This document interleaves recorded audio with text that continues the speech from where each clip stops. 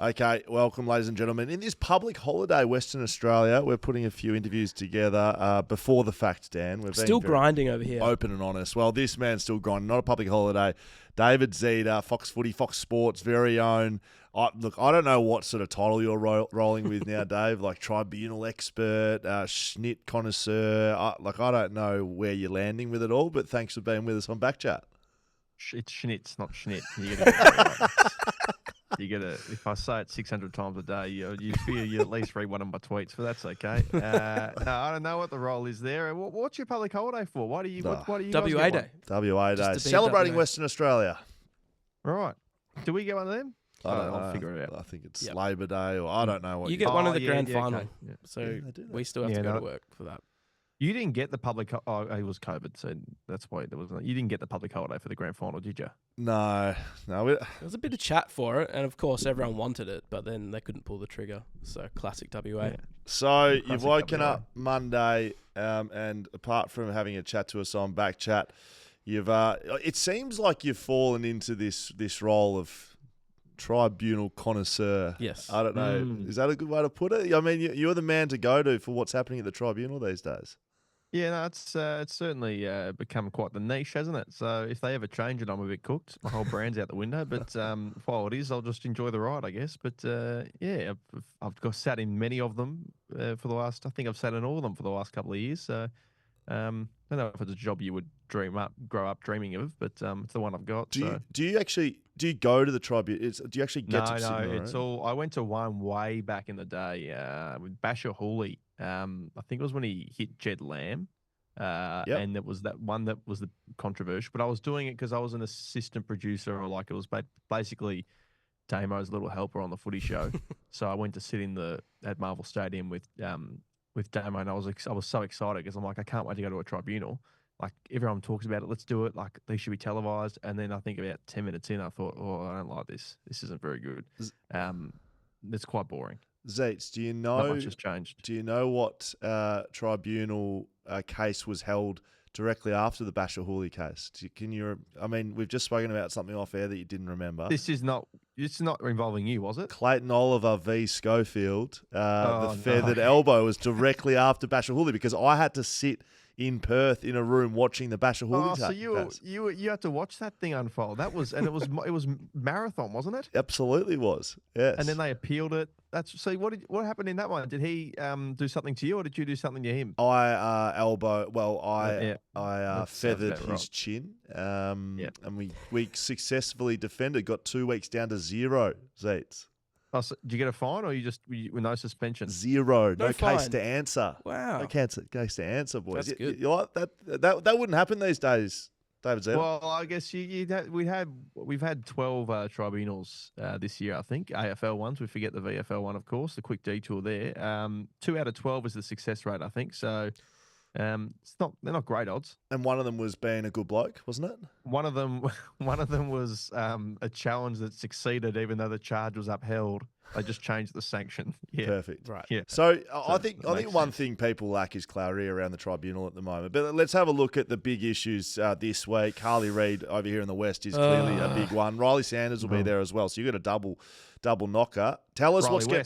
Sorry, who did I say? Riley Sanders. Riley Sanders. Jeez, he'd be feeling unlucky. He's shot up. He's shot up the board in the Rising Star odds on the back of Sam They're Darcy. suspended, aren't they? Yeah, correct. So. Can't go near it. Look, what's going to happen here? Our audience would like to know, is there any chance, one, of him fully getting off, or are they just going to try and get it from 2 to 1 West Coast? Well, my understanding is they're just trying to get it from high impact to medium, which would be 1 match. So he's still ineligible for the Rising Star, misses against North, and then would obviously have the bye and then be back against the Dons at Marvel Stadium. So I think that's what they're aiming to do. So it doesn't seem like they're trying to get off the charge completely. So the best case scenario is 1. Worst case, he misses 3 weeks, including the bye. So that's where it sits at the moment, I think. Do you have a gut feel on that? You've seen plenty of these going from a high to medium. Is that something that can happen pretty successfully? Yeah, I haven't seen many high to mediums. I've seen lots of medium to lows, or just throwing it out entirely. I haven't really seen too many of the high down to medium, because it's sort of that middle ground between medium and severe. You just normally get one or the other. I think he's got a pretty good chance in terms of downgrading it. Because I personally was a bit A bit surprised by the high impact as opposed to the medium. I can understand why the MRO would have landed there. You got like, it's about the extent of the excessive force and the potential to cause injury. They will get taken into account. I think it's a dangerous tackle. I just think he's slung with excessive force, which is part of the dangerous tackle grading. So that's what constitutes one. So I think the charge is right. And I just think the way the guidelines are written, they just would have had such a hard time. We've seen clubs now publicly say, we consulted with lawyers, and they just said it's so ridiculously hard to get out of these charges that you almost just have to try and downgrade as opposed to overturn completely. So I think I reckon he has a good case to get it down to 1. I think he does. Can I just say this just shows how cooked the system is that we're debating if it's high or medium. Like there's no actual line that it's just an eye test really of going, oh, that's high impact, no, it's more medium. Like it just seems it's the same with the gradings of teams. Some get a B plus, or maybe it was closer to a B. Like, what are we doing?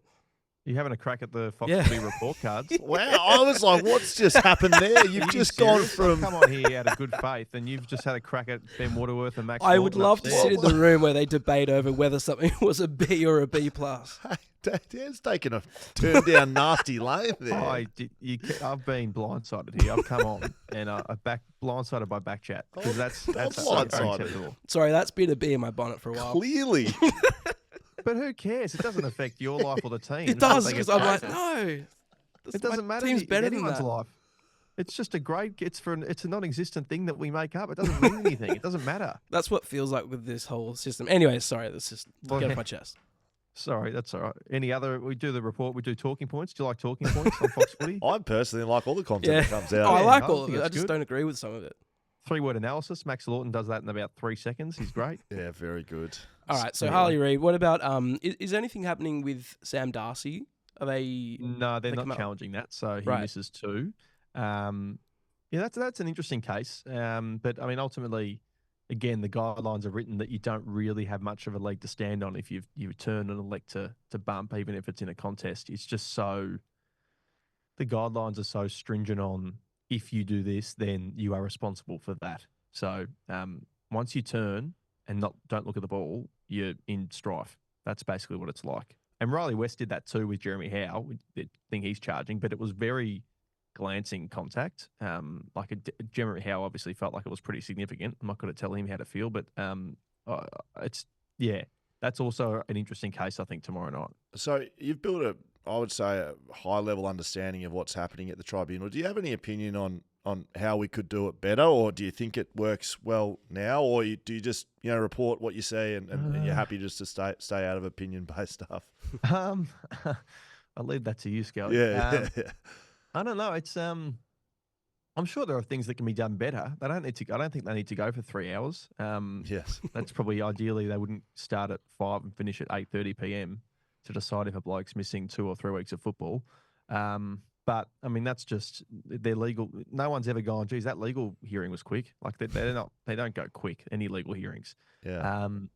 So I think maybe, I know some people seem to have issues with the the grading, the way things are graded. I think maybe the MRO is only working within the parameters that he and the people he speaks with at the AFL have. So, I mean, that maybe you change the system, but like in terms of the way it works now, I think they do as best they can with the system that's there. It's just that sometimes the MRO will think one thing and then the Tribunal will go, oh, actually, maybe this. And then they're not always going to agree. So that's why you get some differing initial sanctions, and then they ultimately end up with different outcomes. That's why you get a Charlie Cameron dangerous tackle, but then all of a sudden the Tribunal, actually his record comes into account. The MRO doesn't take that into account. The MRO goes, the action itself, let the Tribunal do the rest of that stuff. So I think that's, just make it shorter. Like, it doesn't need to be. And don't televise it. Don't televise it. You don't want that. I'm telling you. Is that right? Some people think they do. So no, you reckon no? I was one of them. They don't want it. I'm telling you, they don't want it. Why? What? It's a legal hearing. Yeah. Like, what do you want to do? Yeah, but like the Amber Heard Johnny Depp case, I watched so much of that. Yeah, but that's Amber Heard and Johnny Depp. It's not. I mean, right? Yeah, but if it was like Harley Reid, I'd watch. Harley Reid's probably a Johnny Depp level over there, but I mean, it's not. You know, Amber Heard, like the Novak even the Novak Djokovic thing when he got deported, which is still amazing to say, the defending champion. Yeah. Like that was the defending Australian Open champion got kicked out of the country before he was able to play in the It was tournament. in jail. It was in jail. He was put into Holding. what was he put into, like a Detention quarantine center. hotel or something, wasn't Detention it? center. Yeah, he booked out a nice, massive 2-story apartment. He was staying at somewhere else, and no one could give him food or anything. Not great, but for world number one, Talk about things that have been grinding gears. This happened 3 years. No, it's just a weird. It's just so amazing to say the world number one was deported before playing the Australian Open, and he went and trained at the ground at the court, and then the next day got kicked out of the country. It's just bizarre. It's just weird to say. Anyway, even that, with all the hullabaloo around that, it was boring, the actual court case. Yeah. Like, they're not fun. The storyline around it is fun. The court case itself is incredibly bare bones, incredibly 2.A subsection C says this, therefore this does this. They're the same arguments every time. It's just applying to different players for different acts. They're the same rules. It's not. I'd love to broadcast one just so you can see it. Yes. Yes. Because all you'll need is 10 minutes. Well, I only think of mine with Clayton Oliver, and I think it would have been good to watch. Like, it was mine was funny. Like, David Grace was. David Grace was good fun. Mate, David Grace, his printer wasn't working at work, and so he was.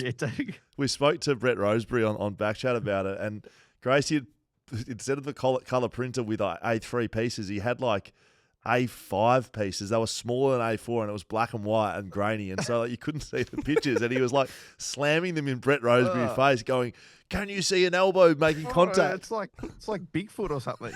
You need to see the elbow in his face. Can I? Very odd. Yeah. Can I finish off with this one, mate? You've been really generous with your time. So the Charlie Cameron one that I flippantly talked about with the good bloke clause. Tom Barras went to the tribunal the following week, and West Coast effectively tried to argue the same case, and it failed. How did you see all of that? Because that from afar, that just seemed some ridiculous. of the quotes that came out were hilarious. Yeah, probably from you. I think the issue with what the tribunal did with Charlie Cameron is, it was such a specific case in their, or exceptional, compelling in their in their view, but they'll do that and then they won't actually. But it's such a tiny loophole that they won't. People will think, all right, well, then that means that it should be able to get off again. And then it just doesn't happen. I think I wrote at the time, like, the issue is clubs are going to start doing this. Now they're going to say, good bloke, done this, done that, hasn't been suspended for this long, does this in the community. And it won't work because they just won't. It won't happen again.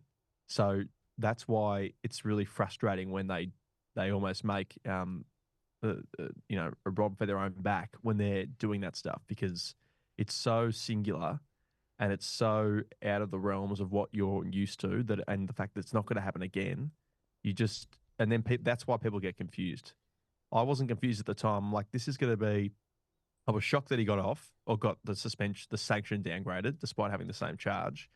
But then I was like, they're going to not do this again, and people are going to get annoyed about it, and that's what's happened. So just don't open Pandora's box when you don't need to.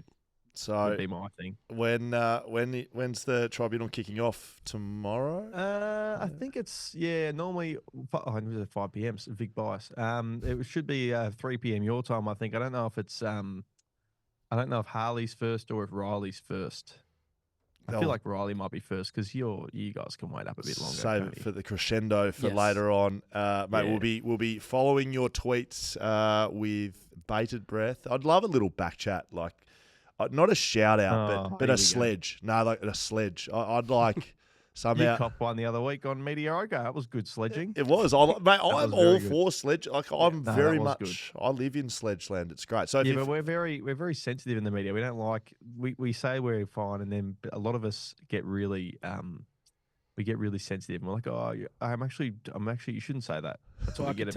We take ourselves too seriously. The slight comment about the report card, you sort of I'm like, I hate you now, and I won't talk to you again, and you can get knotted. So you get an F. Good. You get an F in my report card after that comment. Brilliant. Thanks. David Zita, Fox Footy. You'll be absolutely hunkered down. Enjoy your schnitz tomorrow night, mate. I can't wait. Thank you very much for your time. Good man.